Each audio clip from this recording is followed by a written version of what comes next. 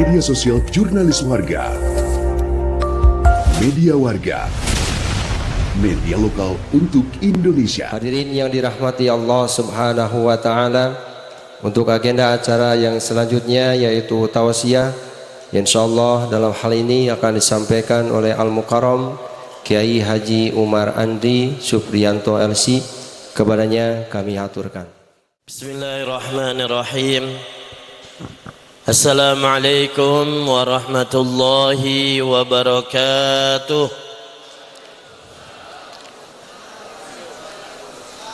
Alhamdulillah. Alhamdulillahilladzi khalaqal mauta wal hayata liyabluwakum ayyukum ahsanu amala.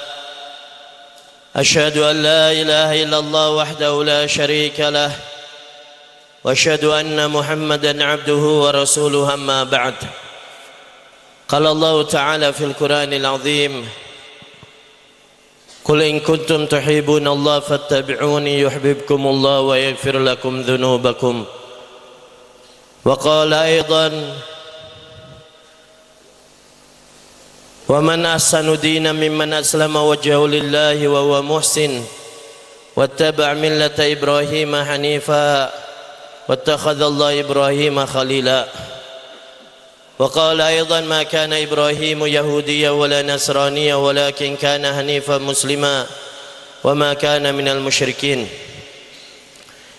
إن أولى الناس بإبراهيم للذين تبعوه وهذا النبي والذين آمنوا والله ولي المؤمنين وقال النبي صلى الله عليه وسلم من أحيا سنتي فقد أحبني ومن أحبني كان معي في الجنة وقال أيضا من أحيا سنتي عند فساد أمتي فله أجر 100 شهيد وقال أيضا المؤمنون هينون لينون كالجمل الآنف إن كيد انقاد وإن أنيخ على صخرة استناخ وقال أيضا طوبى للغرباء قيل ومن هم الغرباء يا رسول الله قال الذين يصلحون ما أفسد الناس من أمتي من سنتي أي كما قال عليه الصلاة والسلام.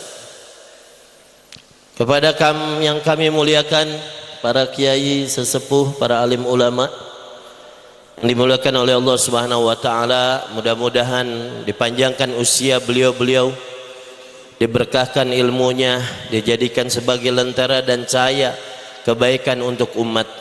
Kepada para tokoh, para umara, semoga Allah Subhanahu wa taala panjangkan usia, menjadi asbab datangnya kebaikan dengan amanah yang dibawanya, dan menjadi contoh suri toladan bagi masyarakat. Dan kepada bapak-bapak, adik-adik yang mulia, mudah-mudahan sekali lagi majelis kita diberkahi oleh Allah Subhanahu wa taala. Tidak ada nikmat yang paling besar yang Allah berikan kepada kita kecuali kita bisa bertemu, duduk di dalam satu majlis yang membicarakan tentang kebesaran Allah, keagungan Allah, tentang sunnah Rasulullah sallallahu alaihi wasallam yang mengingatkan kita kepada Allah. Sekali lagi, siapapun yang hadir saat ini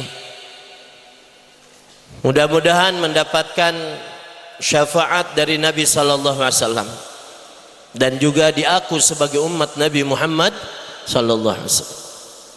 Karena akan ada satu masa di mana ketika Rasulullah sallallahu alaihi wasallam di surga sedang berkumpul dengan para sahabat, maka kemudian ada gerombolan, ada serombongan manusia yang begitu besar ingin bersama dengan Nabi sallallahu alaihi wasallam. Mereka kemudian berbondong-bondong datang ingin mendekati Nabi sallallahu alaihi wasallam dan sahabat. Maka ketika Rasulullah sallallahu alaihi wasallam sudah mengulurkan tangannya dan mengatakan kemari, kemari, maka kemudian ada satu malaikat yang mana kemudian malaikat ini mengusir semua rombongan tadi. Suhkon, suhkon, suhkon, suhkon, jauh kalian, jauh kalian. Maka Nabi sallallahu alaihi wasallam mengatakan, ya malaikat, apa yang kau lakukan? Bukankah mereka ini adalah umatku? Bukankah mereka ini adalah rombongan-rombongan yang ingin dekat dengan kepadaku. Apa yang dijawab oleh malaikat? Betul ya Rasulullah, mereka itu adalah umatmu, mereka itu adalah bagian daripada umatmu, tapi sesungguhnya mereka itu hanya zahirnya saja, tapi hati mereka sebetulnya mereka tidak pernah mengikutimu. Mereka mengatakan mengaku sebagai umatmu, tapi tidak mencintaimu, bahkan sunnahmu tidak mau dia lakukan, dijauhkan. Maka malaikat mengatakan, suhkon jauhlah kalian daripada Nabi Muhammad sallallahu alaihi wasallam. Nah, mudah-mudahan dengan bukti kita berangkat di sini mencintai Nabi sallallahu alaihi wasallam melalui salawat-salawat kita, bukan hanya dengan salawat kita, tapi dari dalam hati kita betul-betul kita cinta kepada Rasulullah sallallahu alaihi wasallam. Mudah-mudahan sekali lagi kita menjadi orang-orang yang dicintai oleh Nabi Muhammad sallallahu alaihi wasallam. Amin ya Allah ya Rabbal. Bapak-bapak hadirin yang mulia, Allah subhanahu wa ta'ala dialah zat yang mengatur segala sesuatu. Allah subhanahu wa ta'ala yang memberikan kita kehidupan, kematian. Tidak ada satu peristiwa di muka bumi ini kecuali atas izin siapa? Yang memberi kita makan siapa? Yang memberi kita minum siapa? Yang memberi kita kekuatan siapa? Yang memberi kita mata siapa? Yang memberi kita telinga siapa? Yang memberikan kita kekuatan berjalan siapa? Yang memberikan kita kehidupan siapa? Yang memberikan kita untuk bisa berjalan dengan hebat siapa? Yang memberikan kita kehidupan di dunia dan nanti di akhirat siapa? La ilaha illallah. Bicarakan Allah, bicarakan Allah dalam kehidupan kita. Hari ini kita jarang sekali mendengar Allah dilafadzkan. Di antara dua orang muslim jarang bicara Allah itu yang maha hebat, Allah itu yang maha kuasa, Allah yang maha segala-galanya. Yang mengatur kehidupan kita adalah Allah, yang memberikan kekayaan kita adalah Allah, yang menjadikan kita miskin adalah Allah. Semua langit dan alam semesta ini sebetulnya Allah ciptakan untuk satu perkara. Itu ingat kita kepada siapa? Kepada siapa? Kepada Allah. Kenapa kita harus menceritakan tentang Allah, hadirin? Karena terkadang hadirin makan Allah subhanahu wa ta'ala kita sering lupa dengan Allah. Wala dzikrullahi akbar. Sesungguhnya ingatnya Allah kepada kita lebih banyak, lebih besar, lebih sering daripada kita ingatnya kita kepada siapa? Kita terkadang lupa dengan Allah, hebatnya Allah, kuasanya Allah. Setiap hari ya Allah, kan bukan hanya setiap hari, setiap detik Allah subhanahu wa ta'ala memberikan kepada kita tanda-tanda kebesaran Allah. Bukan lagi setiap hari, setiap detik Allah perlihatkan kita. Inna fi khalqis samawati wal ardi wa ikhtilafil laili wan nahar la ayatil liulil albab. Sesungguhnya dalam penciptaan langit dan bumi, diciptakannya manusia, diciptakannya langit, diciptakan bumi, bergantinya siang dan malam, berdetaknya jantung kita, semuanya ini hakikatnya untuk menunjukkan kebesaran siapa? Untuk menunjuk kebesaran Allah, bahwasanya Allah dialah zat yang maha hebat, yang mengatur alam semesta ini adalah Allah. Dan di satu waktu selain Allah ingin memperlihatkan keagungannya, kebesarannya, Allah pun ingin memperlihatkan kepada kita bahwasanya kita manusia ini adalah makhluk yang lemah, makhluk yang tidak bisa apapun, makhluk yang tidak bisa mengatur siapapun, makhluk yang tidak bisa mendapatkan apapun. Buktinya apa, Pak? Buktinya mudah saja. Buktinya kita ini tidak bisa mengatur dan menahan ngantuknya mata kita. Bisa tidak? Kita bisa tidak ngantuknya ditahan? Hah? Bisa tidak? Buktinya dimakan Allah, coba tahan mata kita, jangan pejamkan mata. Molotot we tuluy. Sok bukakeun panona. Tiasa teu? Bukti bahwasanya kita ini lemah. Yang maha hebat siapa? Yang maha hebat ini Allah Subhanahu wa taala. Manusia ini hadirin makan Allah, jangan pun untuk mengatur semua alam semesta, untuk mengatur semuanya, untuk mengatur yang ada di tubuh kita pun kita tidak bisa apa-apa. Coba kalau sekarang yang ngatur napas kita adalah kita. Coba tahan napas semuanya. Bisa apa tahan napas? Sabar alami kuat napas, tahan napas? Sajam tiasa? Ini bukti bahwasanya kita ini makhluk yang lemah, makhluk lemah. Tapi terkadang kita so hebat, so kuat, so segala-galanya. Kita ini ada di makan Allah Subhanahu wa taala, diatur sama Allah, diciptakan oleh Allah, digerakkan oleh Allah, diberikan napas oleh Allah. Semuanya yang menunjukkan siapa, Pak? Allah. Maka hadirin makan oleh Allah Subhanahu wa taala, diciptakannya kita semuanya di alam semesta ini, tujuan pertamanya adalah untuk mengingat siapa? Allah. Saking sayangnya Allah kepada seluruh manusia ini, Allah menciptakan kita bukan maunya kita. Allah menciptakan kita bukan atas mau kehendak daripada orang tua kita. Tadi Pak Kiai menyebutkan kita sekarang di mana? Dulu 100 tahun yang silam kita di mana? Dan nanti yang akan datang 100 tahun yang akan datang kita kemana? Kira-kira kemana, Pak? Tinggal nama dan kenangan. Hadirin makan oleh Allah Subhanahu wa taala. Begitu juga Nabi Muhammad sallallahu alaihi wasallam. 14 abad yang silam dilahirkan. Dulunya tidak ada satupun yang mengatakan Allah, Pak. Membesarkan Allah, mengagungkan Allah. Hari ini kita sebut nama Allah, azan berkumandang di mana-mana, majelis tegak di mana-mana, masjid di mana-mana, nama Nabi sallallahu alaihi wasallam dipuji di mana-mana, disolawat di mana-mana, dari ujung barat sampai ujung timur. Acara mulut dengan begitu besarnya diadakan di mana-mana, memuji Nabi sallallahu alaihi wasallam. Salat, banyak orang yang salat, yang haji, yang umroh, yang zikir, yang wirid, yang bersolat ke atas Nabi, yang ngaji kitab, yang di pesantren, madrasah. Jutaan pesantren tegak, jutaan masjid ada, ribuan miliaran manusia salat. Tapi 14 abad yang lalu ketika Nabi sallallahu alaihi wasallam lahir, belum ada nama Allah disebut, hadirin.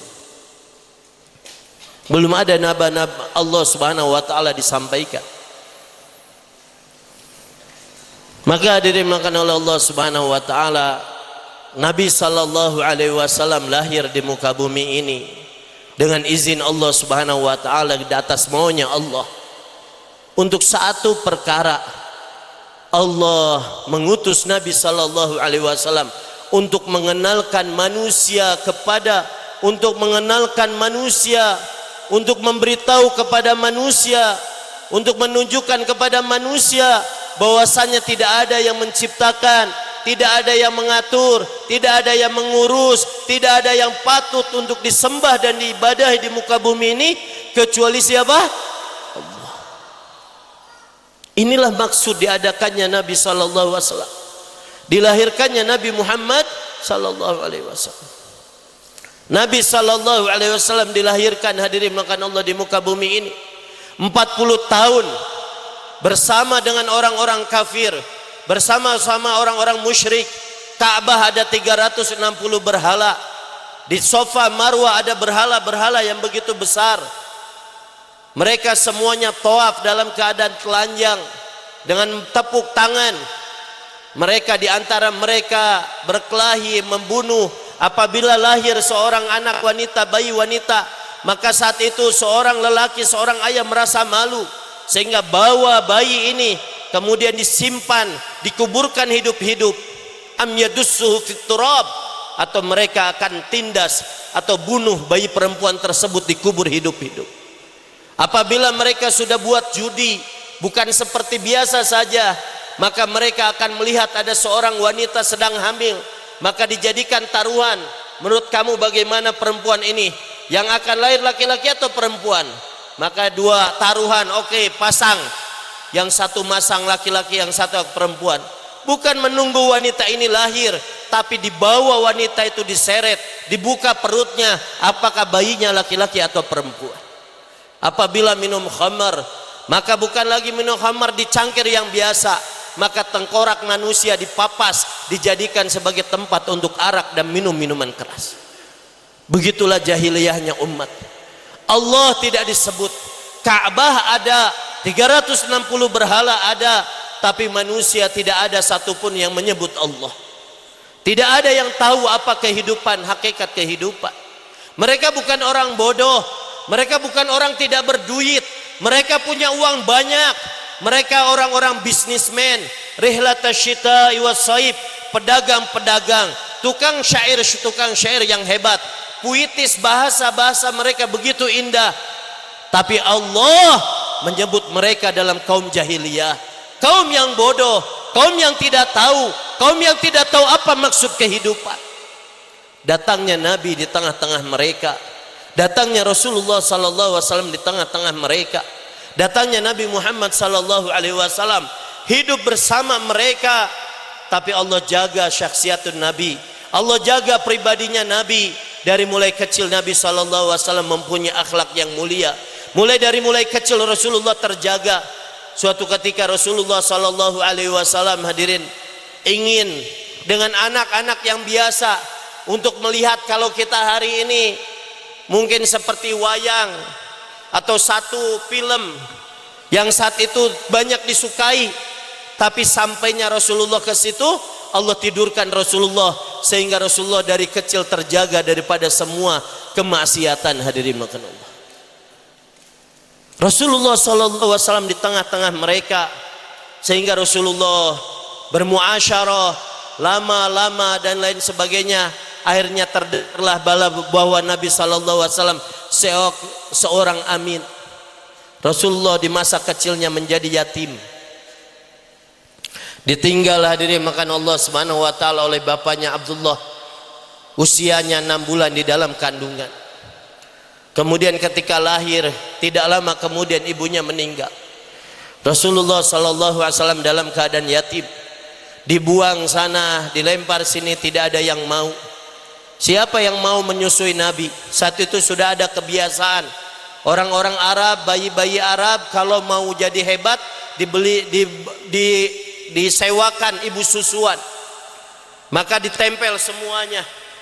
Siapa yang akan mengambil bayi ini? Semua bayi sudah diambil, tapi kemudian ada seorang bayi, yaitu siapa? Bayi Nabi Muhammad sallallahu alaihi wasallam. Ditawarkan kepada ibu-ibu susuan, tidak ada yang mau, karena tahu ini adalah bayi seorang yatim piatu. Siapa yang mau bayar? Siapa yang akan membayar air susunya? Dari kecil Rasulullah sallallahu alaihi wasallam sudah tidak ada yang peduli. Maka kemudian ada seorang wanita namanya Halimatus Sa'diyah. Maka hadirin makan Allah, maka Halimah ini kemudian dia bawa saja. Apa yang terjadi hadirin makan Allah subhanahu wa ta'ala, baru saja Halimah membawa bayi dan baru didekapkan. Tadinya Halimah kurus kering, kemudian sudah mulai terisi lagi. Air susunya tadinya tidak ada, kemudian ada. Kemudian diambil, dibawa Nabi SAW ke kampungnya. Maka kampungnya yang tadinya tandus menjadi subur. Sosok Nabi SAW menjadi sosok yang penuh barokah. Hadirin makan Allah.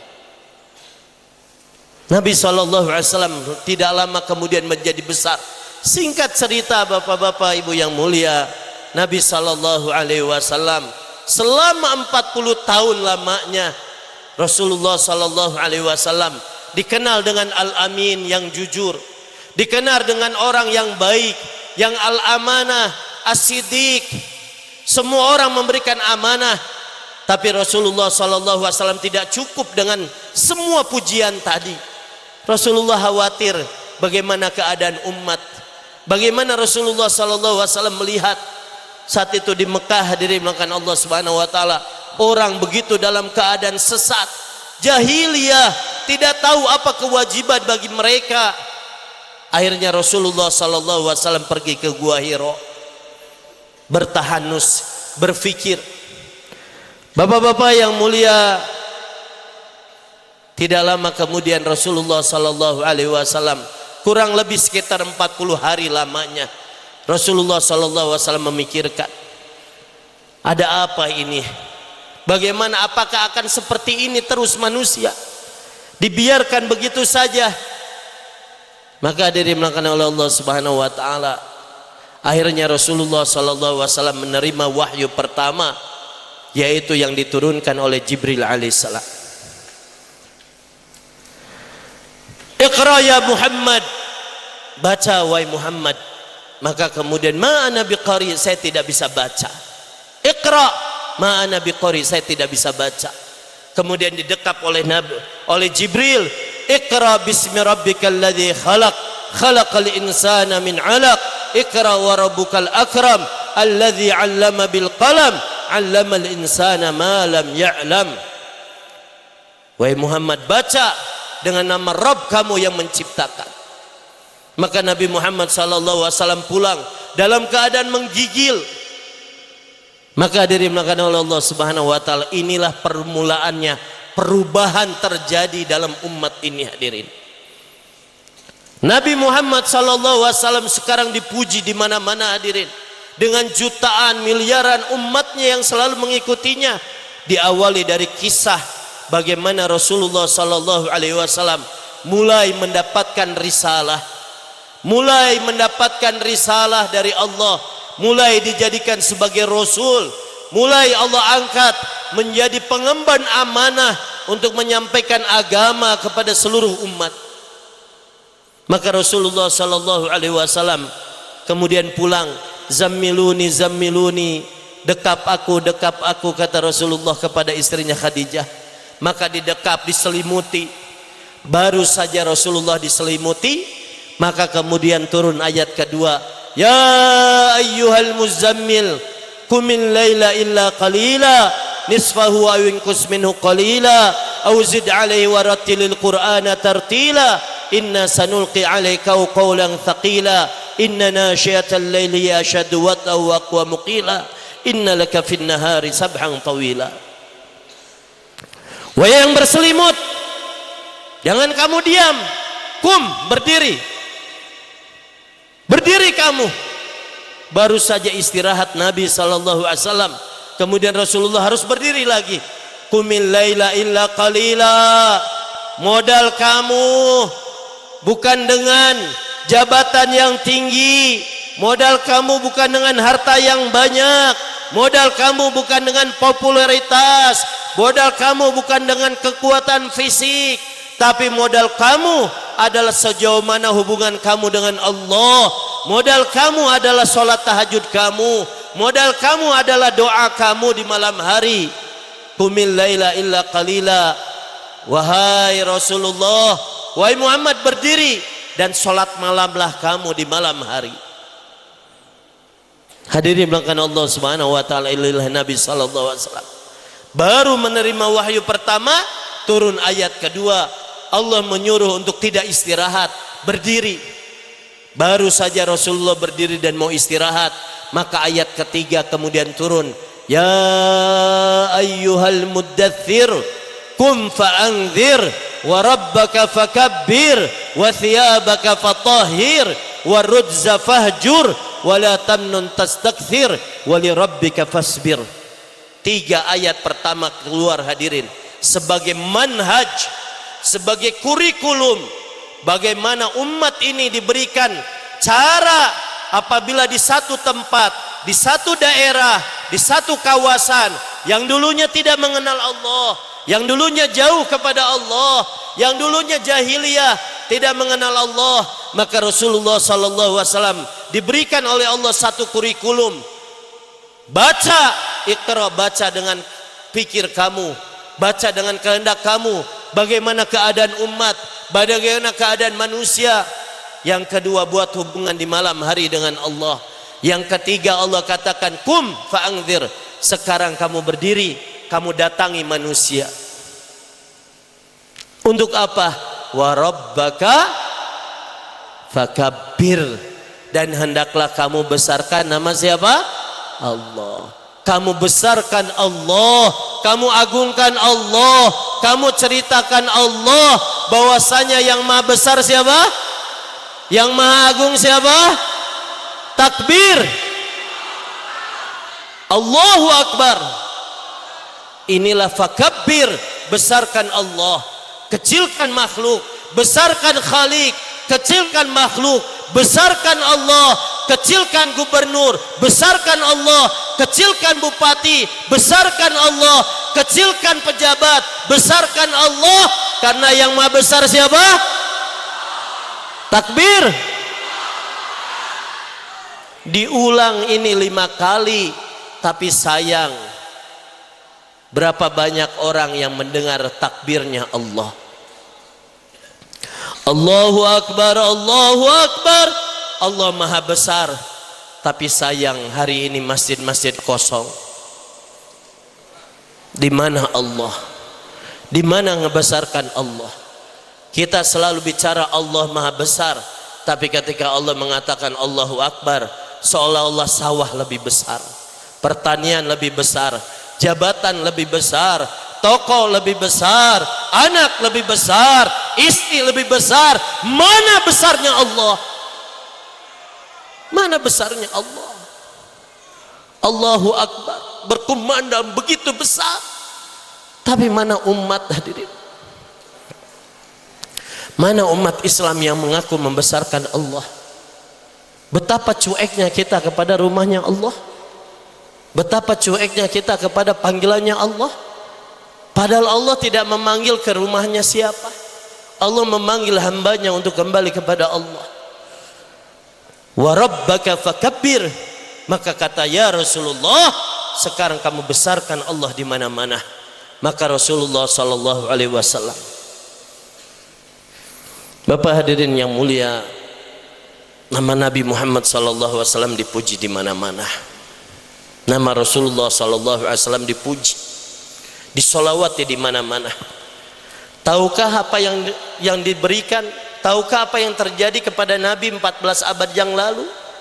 Ketika Rasulullah harus menawarkan agama ini, ketika Rasulullah menawarkan agama ini dari lorong ke lorong, dari pintu ke pintu, dari rumah ke rumah, Rasulullah SAW seperti seorang pengemis yang membawa satu barang, yang mana barang ini sebetulnya barang yang mulia, barang yang menyebabkan orang masuk ke dalam surga.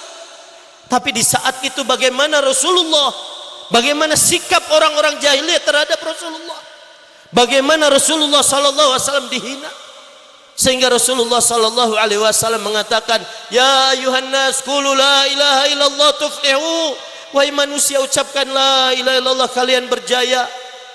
Wahai manusia, ucapkanlah la ilaha illallah, kalian berjaya. Wa man ya'wini wa man yansuruni hatta yuballigha risalata rabbi falahul jannah. Siapakah yang akan menolongku? Siapakah yang akan memberikan fasilitas sehingga Allah akan menyiapkan untuk dia surga? Siapa yang mau memberikan aku fasilitas, kata Rasulullah? Tawarkan sini diludahi, tawarin sini dilempar. Maka orang-orang dulu mengatakan al-amin, orang jujur. Tapi orang-orang mengatakan, hei tuh awas, itu orang gila, itu tukang sihir, itu tukang ini, tukang ini. Siapa? Nabi Sallallahu Alaihi Wasallam. Suatu ketika dalam satu riwayat, Rasulullah Sallallahu Alaihi Wasallam di pagi hari datang dengan pakaian yang serba putih, hadirin, memakai sorban, pakai serba putih. Rasulullah Sallallahu Alaihi Wasallam menawarkan agama dari lorong ke lorong, pintu ke pintu.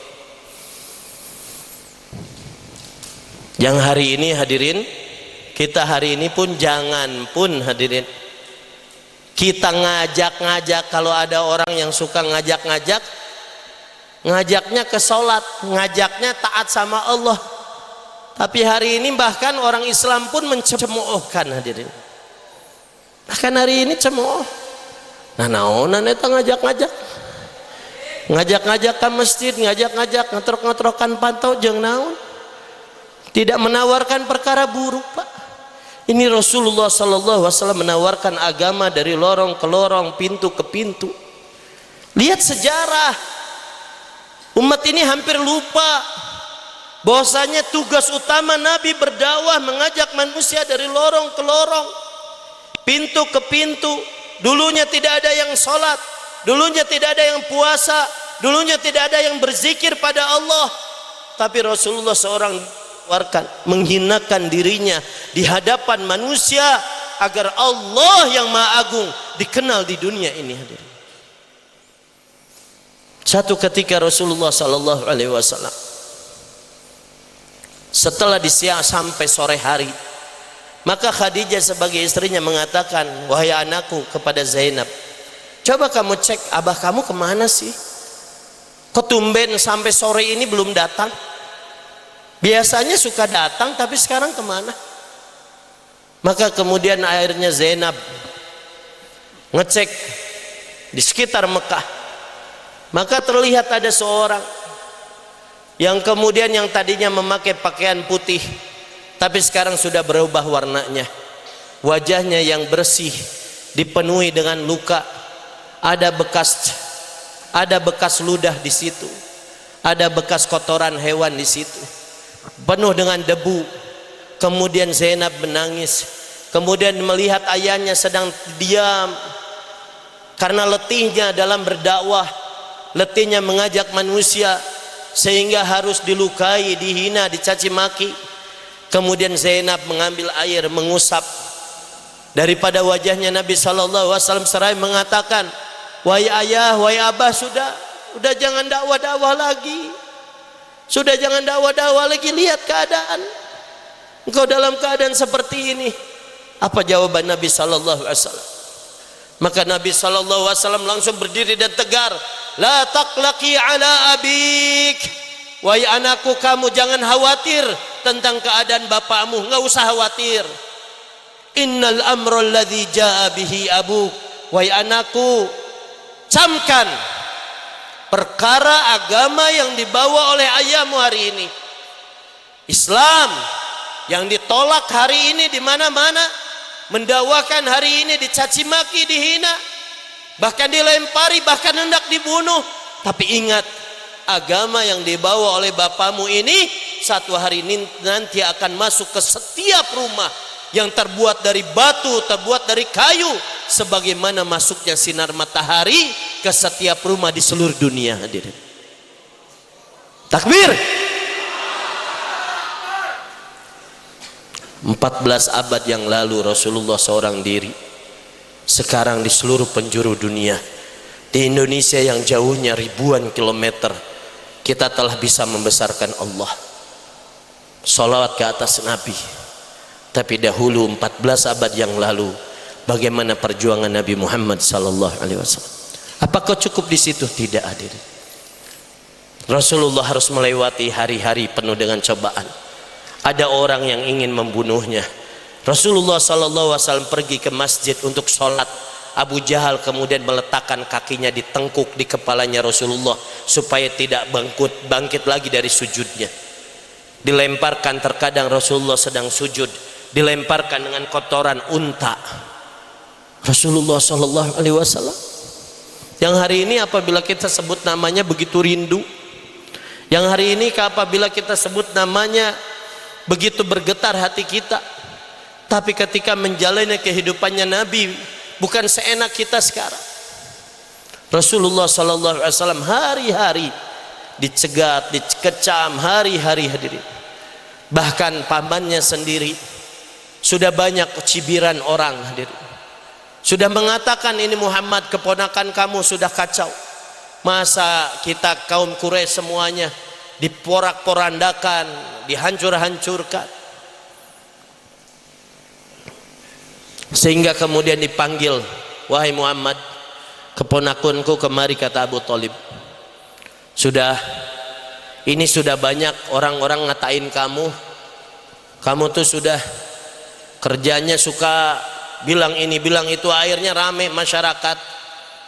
Nih paman ini udah nggak kuat, Kak, saya khawatir engkau diapa-apain. Paman kalau seperti ini nggak bisa lagi untuk jagain kamu, nggak bisa lagi. Mulai saat ini terserah kamu. Kamu mau dakwah mau apa, tapi paman nggak mau bela-bela kamu lagi. Abu Thalib bilang, saya nggak bisa bela-bela lagi kamu. Silakan. Maka Nabi SAW dengan sedih hati keluar dari kamar itu. Sesampainya mau di luar, di dekat pintu, kemudian menghadap ke pamannya. Wahai paman,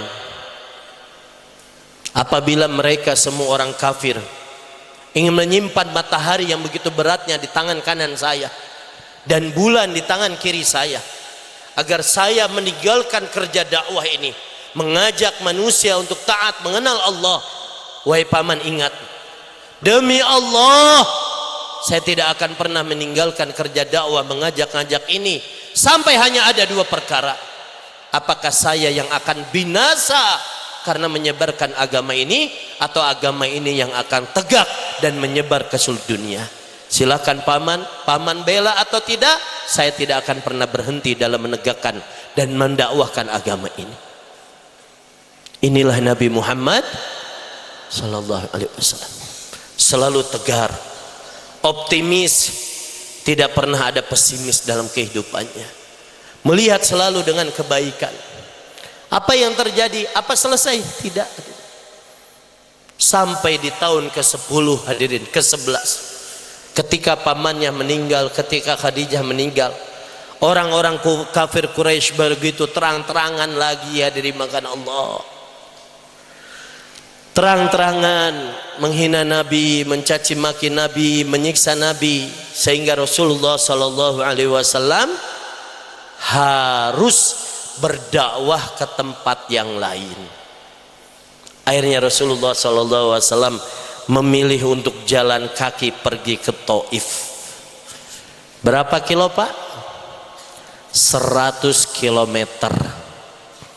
Jalan apa? Jalan kaki 100 kilometer. Apa yang didapat oleh Nabi setelah jalan kaki 100 kilometer? Apa sambutan tadi begitu meriahnya? Apakah sambutan dengan ucapan-ucapan selamat datang, marhaban, marhaban? Tidak. Tapi Rasulullah SAW malah sebaliknya. Datang ke sana sudah letih menawarkan agama, malah orang kafir Quraisy mengumpulkan semua orang saat itu, anak-anaknya, laki-lakinya, orang tuanya, wanitanya, bukan untuk menyambut dengan sambutan hangat kebaikan, tapi untuk menyambut dengan keburukan. Hadirin, mereka dijajarkan, bukan menyambut dengan tola'al badru, bukan menyambut dengan marhaban, bukan menyambut dengan selamat datang, tapi menyambut dengan lemparan batu. Hadirin, sehingga Rasulullah SAW merunduk. Batu kena kepalanya Nabi, kena wajahnya, sehingga mulai menetes darah dari wajah Nabi yang mulia. Hadir, disampaikan dalam satu riwayat, wajah Nabi itu tidak pernah ada lalat pun yang hinggap. Hadirin, karena keringatnya begitu wangi. Tapi Rasulullah rela wajahnya terluka hanya untuk menyampaikan dakwah agar orang mengenal Allah. Hadirin, lemparan batu telah sampai, tetesan darah kena wajah Nabi sallallahu alaihi wasallam. Rasulullah sallallahu alaihi wasallam terus merunduk, lemparan terus, hujan batu. Bayangkan bapak-bapak yang mulia, siapa dia? Dia yang hari ini kita puji-puji, beliau yang hari ini kita sholawati, beliau yang namanya begitu wangi. Di saat kehidupannya dilemparkan dengan hujan batu, sampailah Nabi sallallahu alaihi wasallam ke satu tempat. Sesampainya Rasulullah istirahat, kemudian Rasulullah sallallahu alaihi wasallam berdoa, Allahumma inni ashkutu'uka quwwati wa hawani 'alan nas. Ya Allah, aku adalah hambamu yang lemah, Aku ini lemah ya Allah, kekuatanku lemah, caraku pun lemah. Ya Allah, Engkau mau berikan aku kepada siapa? Apakah Engkau akan serahkan aku kepada musuh yang mana memang setiap saat dia selalu melukaiku, atau kepada karib kerabat yang mana terkadang karib kerabat menikam dari belakang, dari depan? Ya Allah, engkau mau apakan saya? Rasulullah sallallahu alaihi wasallam mengatakan, fa illam takun ghadabun alayya, ya Allah, asalkan kau tidak murka kepada aku, silahkan engkau mau berikan aku kepada siapapun, mau disiksa, mau dihina, mau dilempari, mau dibagaimanapun, terserah engkau ya Allah, tapi dengan satu syarat, engkau tidak murka dengan aku. Fala ubali, aku enggak peduli aku dibagaimanakan oleh umat, oleh manusia semuanya. Ya Nabi salam alaika, ya Rasul salam salam alaika, ya Habib salam alaika, salawatullah alaika. Ya sama-sama. Ya Nabi salam alaika, ya Rasul salam salam alaika, ya Habib salam alaika, salawatullah alaika. Sekali lagi, ya Nabi salam alaika, ya Rasul salam salam alaika.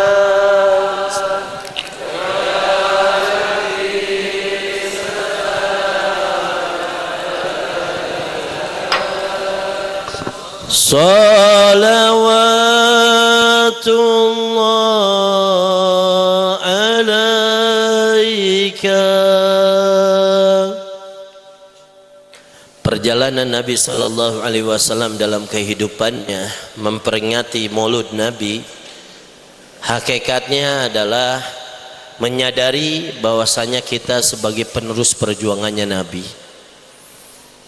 Maulud Nabi adalah kehadiran sosok dai.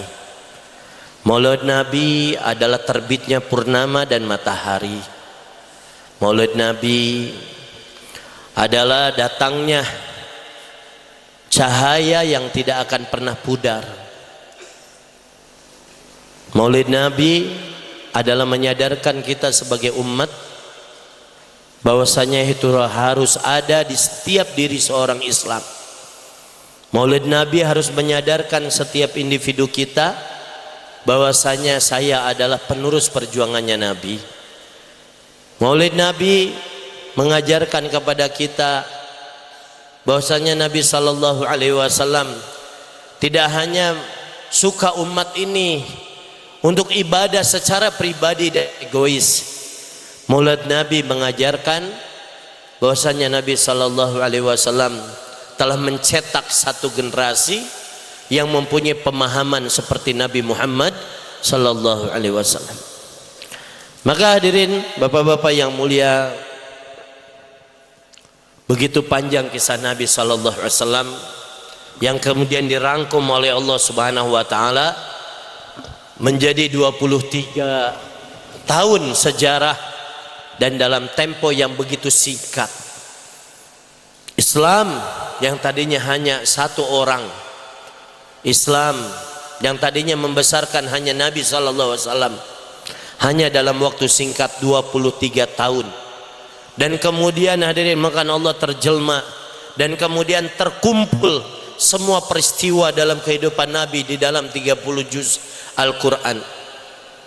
Nabi sallallahu alaihi wasallam hadirin maka Allah telah mencetak sahabat sebagai penerus perjuangan estafet perjuangan Nabi Muhammad sallallahu alaihi wasallam. Rasulullah sallallahu alaihi wasallam bukan seorang nabi yang egois. Mencetak seorang sahabat bukan untuk menjadi ahli ibadah seorang diri saja. Nabi sallallahu alaihi wasallam ingin mencetak umat, setiap individu umat, supaya hadirin maka Allah bertanggung jawab terhadap umat ini hadirin. Maka hadirin maka Allah Subhanahu wa taala, singkat cerita dari kehidupan Nabi sallallahu alaihi wasallam. Rasulullah sallallahu alaihi wasallam telah menunjukkan kepada umat ini, "Qul hadhihi sabili ad'u ila Allah ala basiratin ana wa man ittaba'ani." Rasulullah katakanlah wahai Muhammad, ini adalah jalanku, jalan dakwah, jalan mengajak manusia kepada Allah ala basiratin, dengan satu keyakinan, dengan inilah jalan dakwah, ini jalan usaha agama, inilah jalan umat supaya selamat dunia, selamat akhirat. Jalan untuk membuat satu daerah, satu negeri, satu daerah, satu kota yang tadinya tidak ada Allah disebutkan di sana, yang tadinya tidak ada sholat, yang tadinya tidak ada zakat, yang tadinya tidak ada puasa. Inilah jalan dakwah, jalan mengajak manusia ke Allah. Ini jalanku dan jalan orang yang mengikutiku, jalan orang yang mengikutiku. Maka hadirin makan Allah Subhanahu wa taala, kalau kita bertanya Bapak yang mulia kepada seseorang, jadi guide penunjuk jalan yang bagus itu bukan hanya menunjukkan jalan, tapi hadirin makan Allah, yang bagus itu bukan hanya menunjukkan jalan tapi ikut bersamanya. Contoh, ada orang nanya, "Pak, pami jalan ke Tasik atau ke Bandung ke palih mana?" Maka ada orang katakan, "Oh, jalan kalau mau ke Bandung kamu naik mobil saja, nanti Budiman." Ada gitu. Tapi yang paling bagus bagaimana? "Oh, kemari nih jalan ke Bandung, ikut saya." Maka ditunjukkan masuk mobil Budiman, naik bus. Setelah naik bus dia melewati jalan-jalan, ada tanjakan, ada yang putar-putaran, ada yang harus lewat Jamanis, lewat Garut, lewat Ranca Ekek terus dan lain sebagainya. Sesampainya nyampe di Bandung, maka kemudian orang ini mengatakan, "Aku udah sampaikan kan kepada kamu jalan ke Bandung?" Maka kata orang ini, "Oh iya. Bukan hanya nunjukkan saja, bahkan menyertai dan diajarkan, disampaikan. Baru dia katakan, "Aku sudah sampaikan kan jalan untuk supaya sampai ke Bandung." Begitulah Nabi Muhammad sallallahu alaihi wasallam. Rasulullah sallallahu alaihi wasallam kurang lebih selama 23 tahun telah mengajarkan kepada umat ini.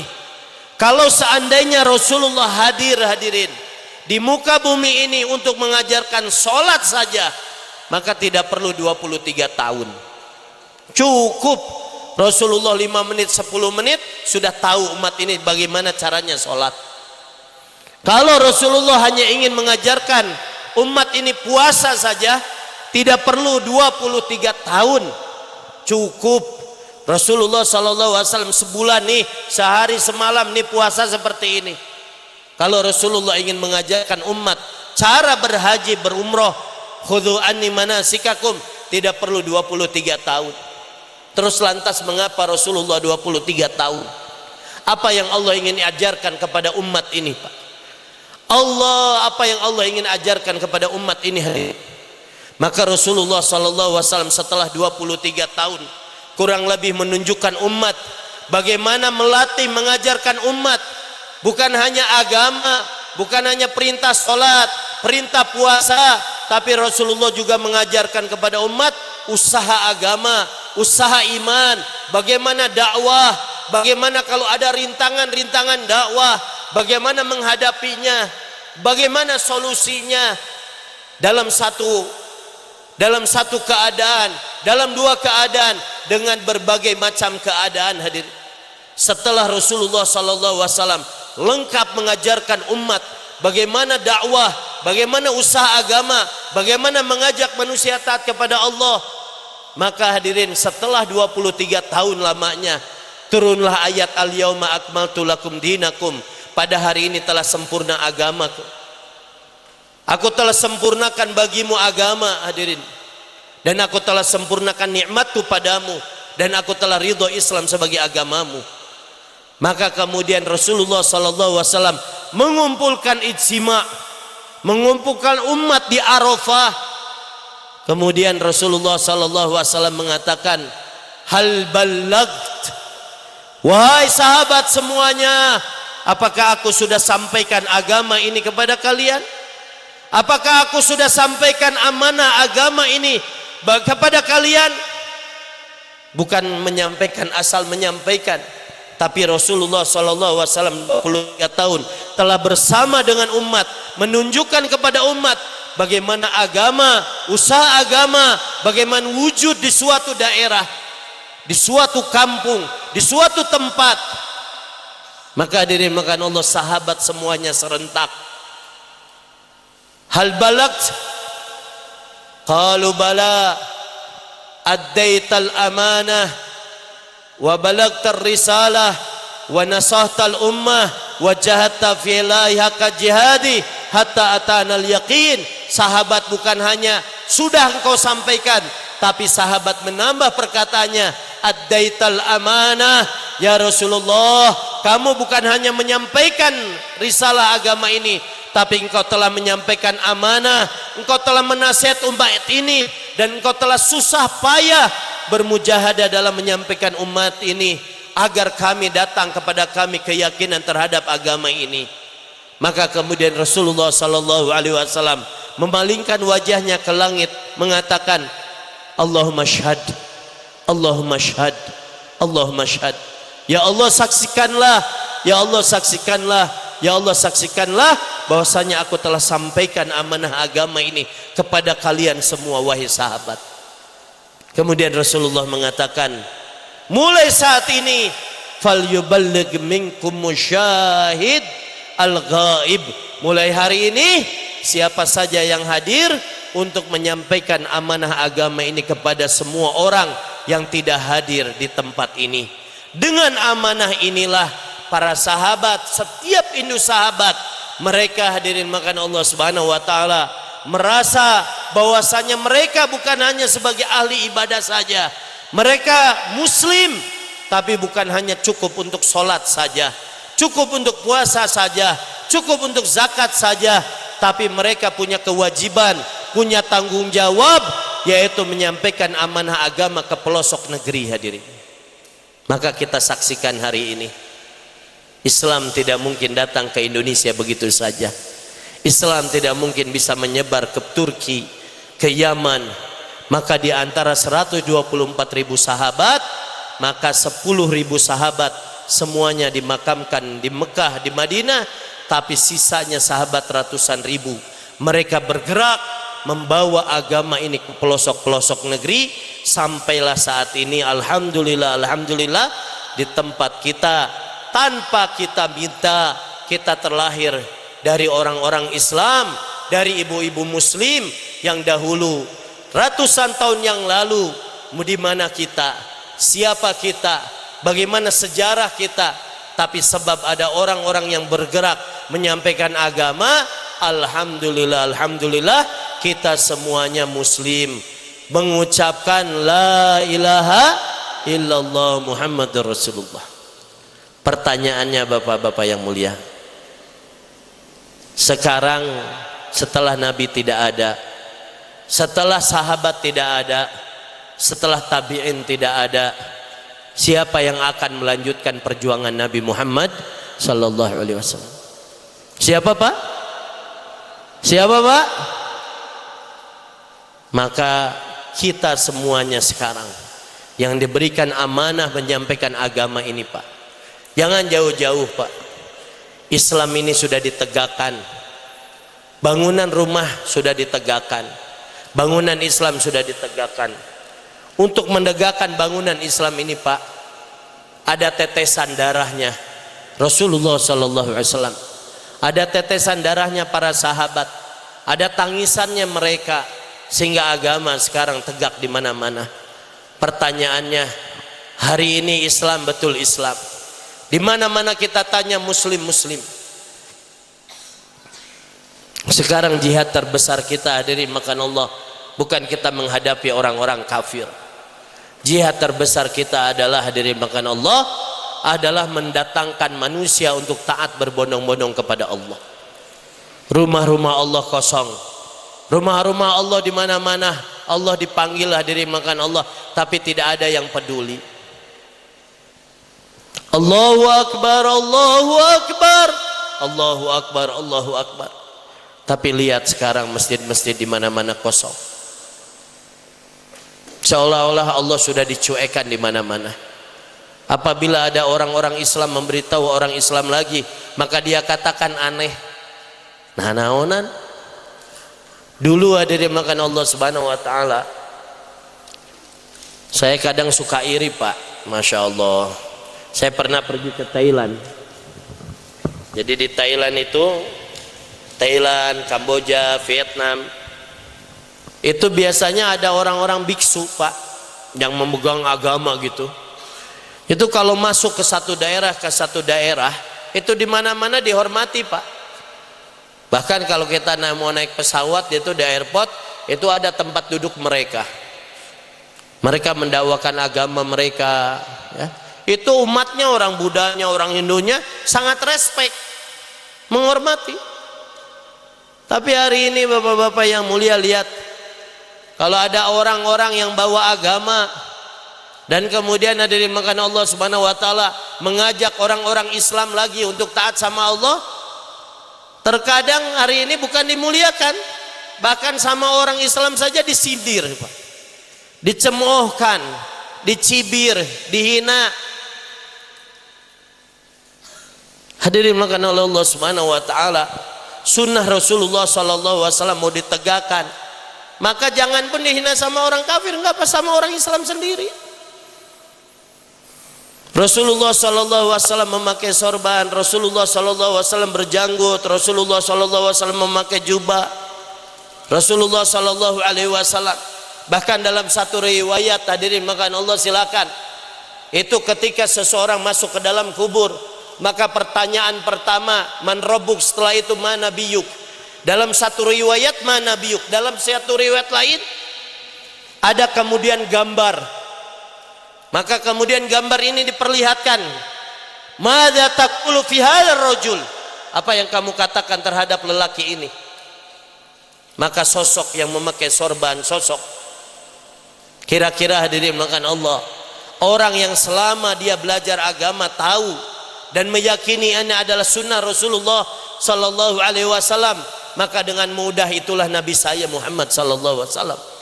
Tapi kalau yang tidak, bagaimana? Apa bayangan bagi orang Islam seperti ini Pak? Jadi dikit-dikit orang mengatakan, oh eta mah nu geus biasa, nu sok ngara rusak, teroris. Itu ada di mana? Coba bayangkan sunnah Nabi sallallahu alaihi wasallam yang dulu dibangga-banggakan, hadirin makan Allah Subhanahu wa taala, sekarang orang Islam pun tidak suka dengan sunnah. Maka hadirin makan Allah Subhanahu wa taala, hari ini kita sebarkan sunnah di mana-mana supaya orang mulai taat, hadirin makan Allah Subhanahu wa taala, kepada Allah. Yang kedua, hadirin makan Allah, sunnah yang ingin dihidupkan oleh Nabi selain sunnah surah, yaitu sunnah gambarnya Rasulullah, bagaimana bentuknya, gambarannya Rasulullah dari ujung rambut sampai ujung kaki. Yang kedua adalah sunnah hadirin makan Allah, sunnah amal. Sirah, yaitu dari bangun tidur sampai tidur kembali. Bagaimana Rasulullah bangun tidur sampai tidur kembali. Kita hari ini hadirin makan Allah subhanahu wa ta'ala mengikuti cara Nabi sallallahu alaihi wasallam. Bagaimana makannya Nabi, bagaimana minumnya Nabi, bagaimana istinjanya Nabi, bagaimana Rasulullah ketika mau tidur. Sunnah Rasulullah sallallahu alaihi wasallam yang kita anggap kecil, padahal hadirin di hadapan Nabi sallallahu alaihi wasallam, di hadapan Allah itu begitu besar.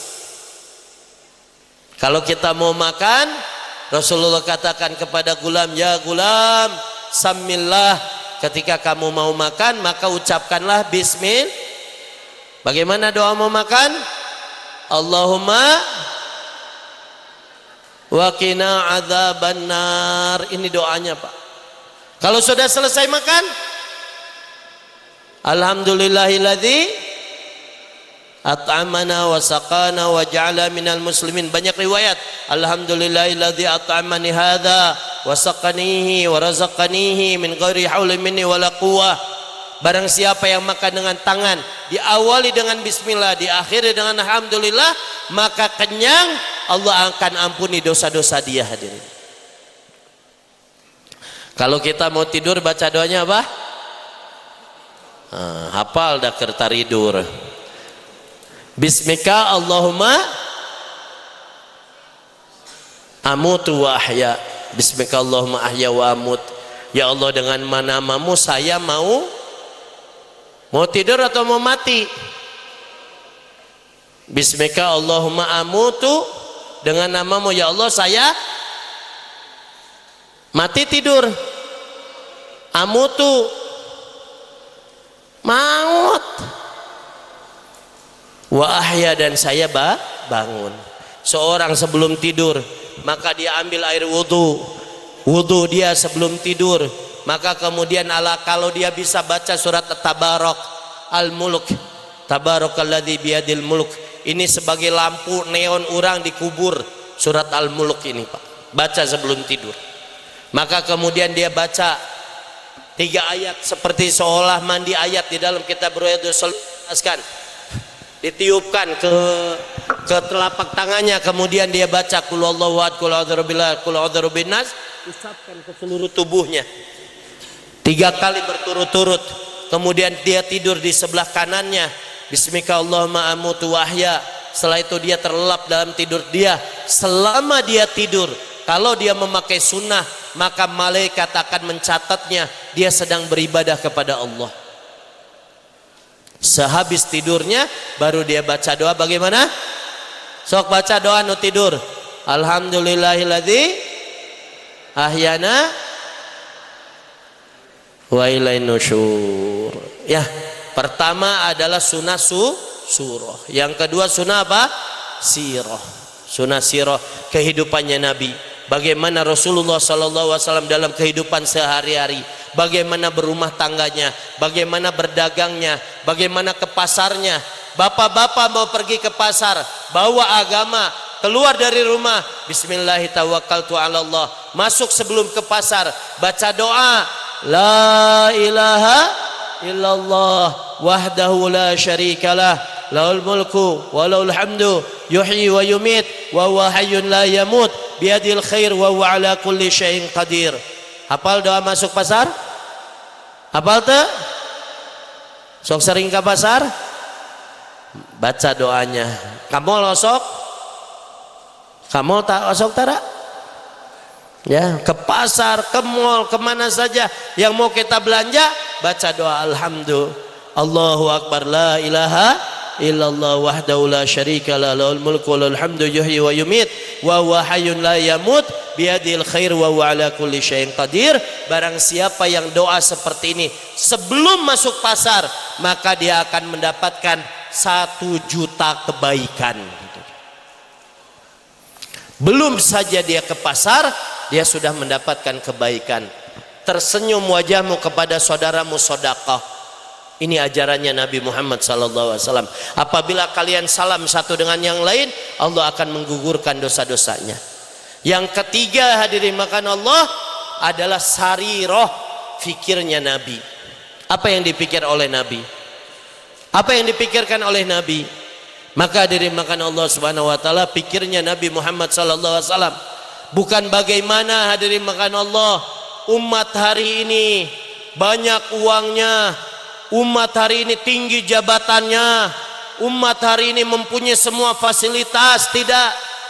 Karena sumber kejayaan kebahagiaan umat bukan di dalam benda, bukan di dalam materi, bukan di dalam semua jabatan, tapi sumber kebahagiaan umat hanya dalam amal agama dengan iman yang sempurna. Buktinya apa, Pak? Ya di kacamata non ya, Bungur Sari. Tahu-tahu Pak ada pengumuman setiap orang Islam di Bungur Sari mendapatkan uang 1 miliar. Amin tuh Pak. Kira-kira bahagia semuanya tidak Pak? Bahagia tuh? Alhamdulillah. Oh sekarang kalau Bungur Sari dapat 1 miliar pasti sejahtera semuanya, bahagia semuanya, bahagia.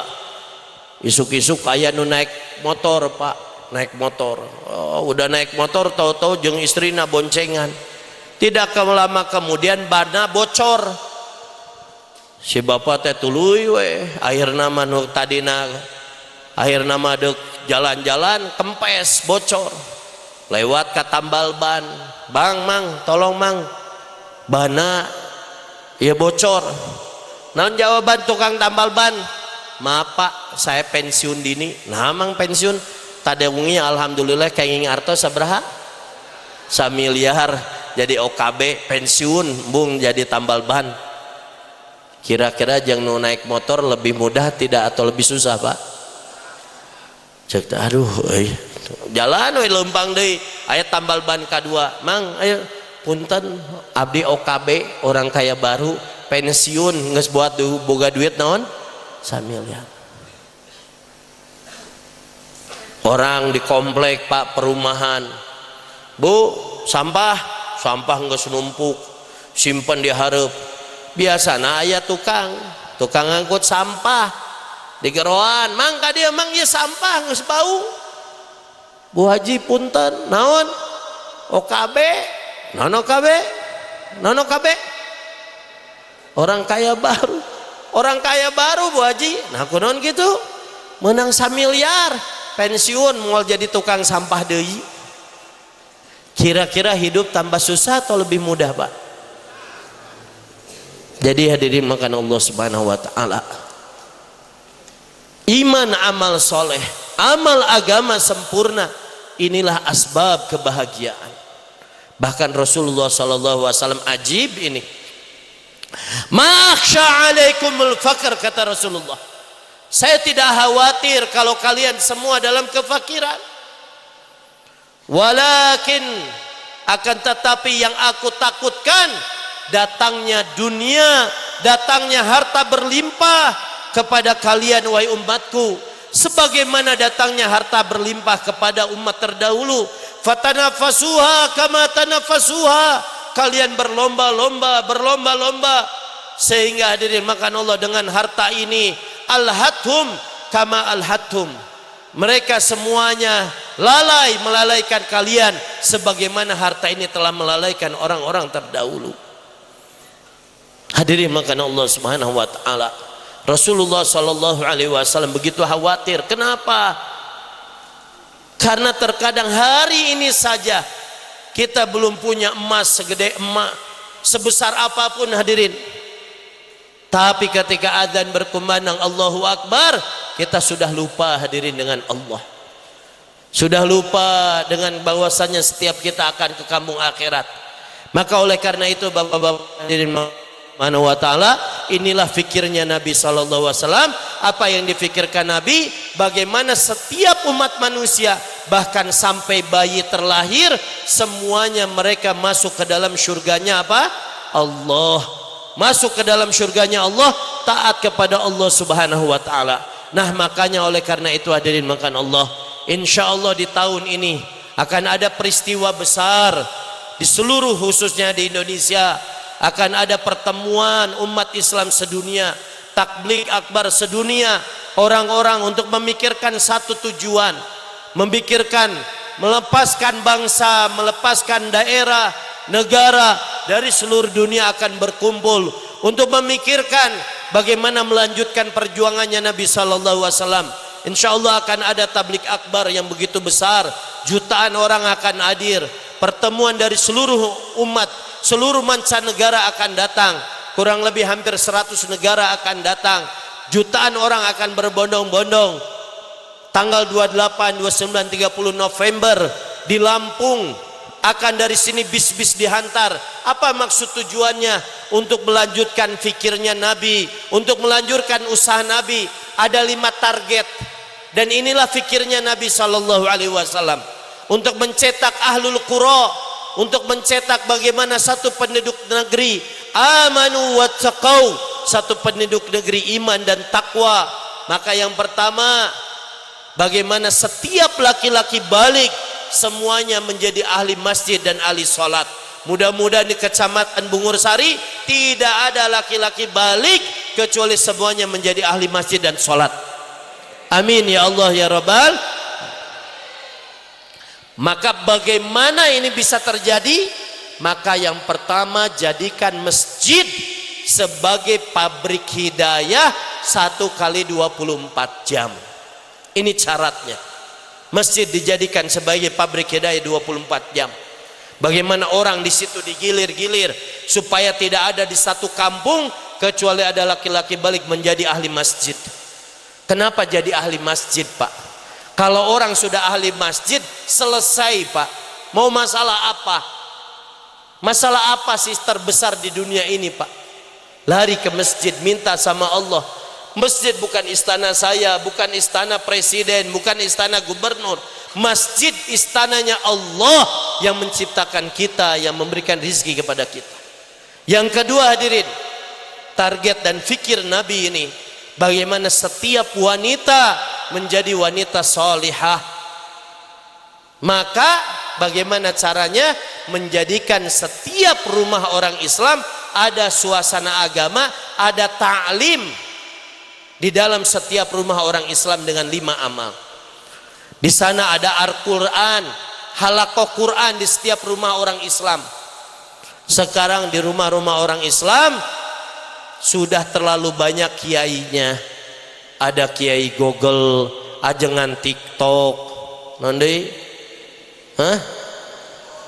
Facebook, itu ajengannya banyak. Sekarang kita hidupkan suasana ta'lim. Kumpulkan anak dan istri di rumah, buat suasana agama di rumah, karena ini benteng terakhir umat ini di setiap rumahnya.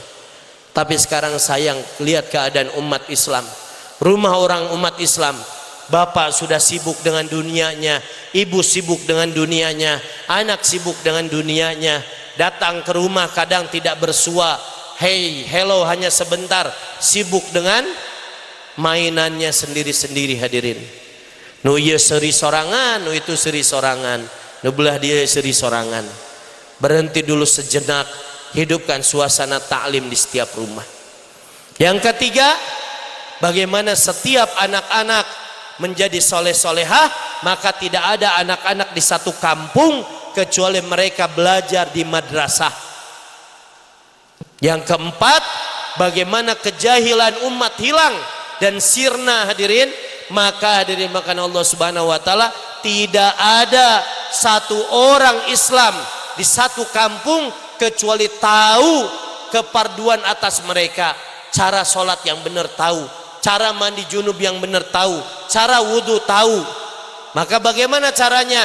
Menjadikan masjid seperti pesantren, menjadikan orang awam seperti santri, dan dijadikan ulama sebagai pengajar di situ.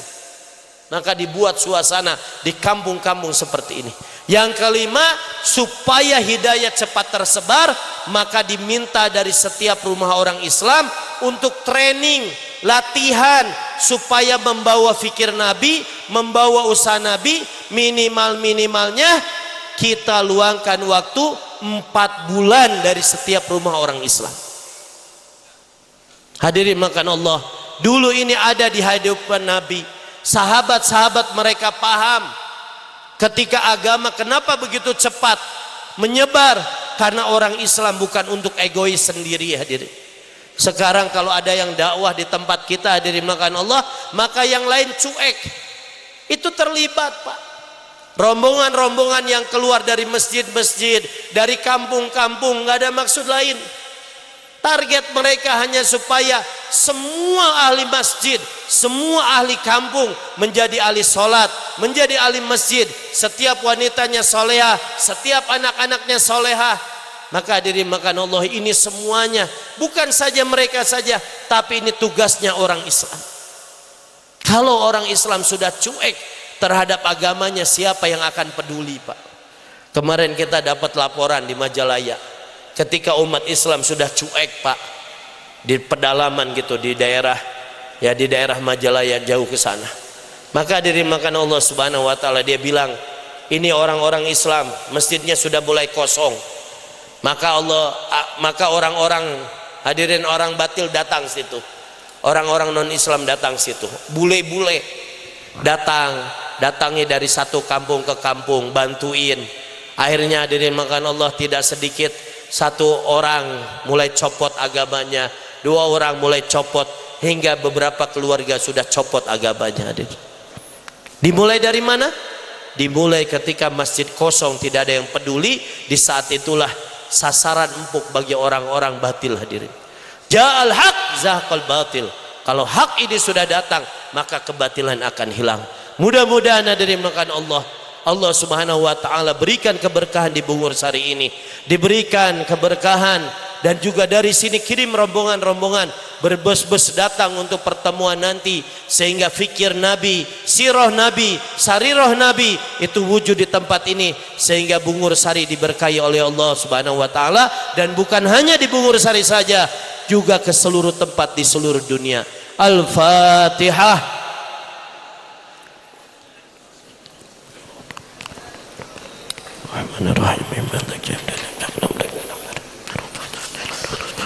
Alhamdulillahi Rabbil Alamin. Assalatu wassalamu ala Rasulillah wa ala alihi wa sahbihi ajma'in. Hamda syakirin, hamda na'imin, hamda yuafika fi mazidah. Ya Rabbana lakal hamdu kama yanbaghi li jalali wajhil karim wa azimi sultanik. Ya walal awwalin, ya akhiral akhirin, ya dzal quwwatil matin, ya rahimal masakin, ya arhamar rahimin. Allahumma ighfir lana dhunubana wa liwalidayna warhamhuma kama rabbayana saghira. اللهم إنك عفو كريم تحب العفو فاعف عنا يا كريم. اللهم إن قلوبنا ونواسينا وجوارحنا بيدك لم تملكنا منها شيئا فإذا فعلت ذلك بنا فكن أنت ولينا واهدنا إلى سواء السبيل. Ya Allah, ya Rahman, ya Rahim. Ya Allah, berkahkanlah perkumpulan kami, ya Allah. Ya Allah, berkahkanlah pertemuan kami, ya Allah. Ya Allah, ampunilah dosa-dosa kami, ya Allah. Dosa ibu bapa kami, ya Allah. Dosa orang-orang yang telah meninggalkan kami, ya Allah.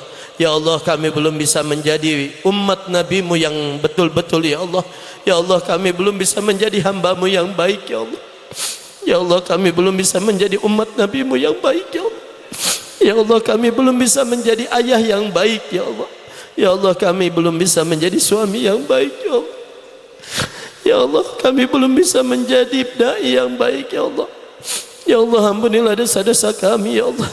Ya Allah, bimbingilah kami ke jalan hidayah-Mu, ya Allah. Ya Allah, ya Rahman, ya Rahim, ampunilah dosa-dosa kami, ya Allah. Ya Allah, hari ini, ya Allah, rumah-rumah-Mu kosong di mana-mana, ya Allah. Ya Allah, nama-Mu disebutkan, takbir berkumandang, tapi begitu banyak umat yang cuek, ya Allah. Itu karena kesalahan kami, ya Allah. Ya Allah, maafkanlah dosa-dosa kami, ya Allah. Ya Allah, Engkau tahu, ya Allah, satu hari nanti kami akan masuk ke dalam kubur, ya Allah. Ya Allah, terangkanlah kubur kami, ya Allah. Berikanlah nikmat di kubur kami, ya Allah. Ya Allah, jadikanlah kami asbab hidayah kebaikan ke seluruh dunia, ya Allah. Gunakanlah kami, keturunan kami, keluarga kami, anak istri kami, ya Allah, untuk melanjutkan kerjanya Nabi Muhammad sallallahu alaihi wasallam.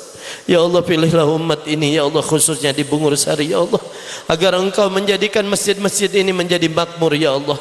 Masjidnya 24 jam, ya Allah. anak-anaknya soleh-solehah ya Allah, remajanya soleh-solehah ya Allah, pemuda-pemudinya soleh-solehah ya Allah, orang tuanya soleh-solehah ya Allah. Jadikanlah kampung kami seperti kampung Madinah ya Allah, masjid kami seperti masjid Nabi sallallahu alaihi wasallam. Ya Allah ya Rahman ya Rahim, jadikanlah kami penerus dakwahmu ya Allah. Rabbana taqabbal minna innaka sami'ud du'a wa tub 'alaina innaka antat tawwabur rahim.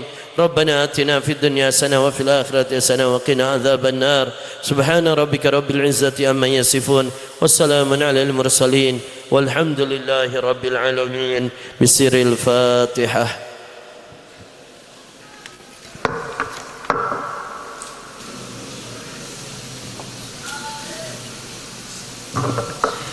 Demikian mudah-mudahan yang baik, yang benar dari Allah Subhanahu wa taala, yang salah dari saya pribadi. Aqulu qouli hadza wa astaghfirullahal ghafurur rahim. Wassalamu alaikum warahmatullahi wabarakatuh.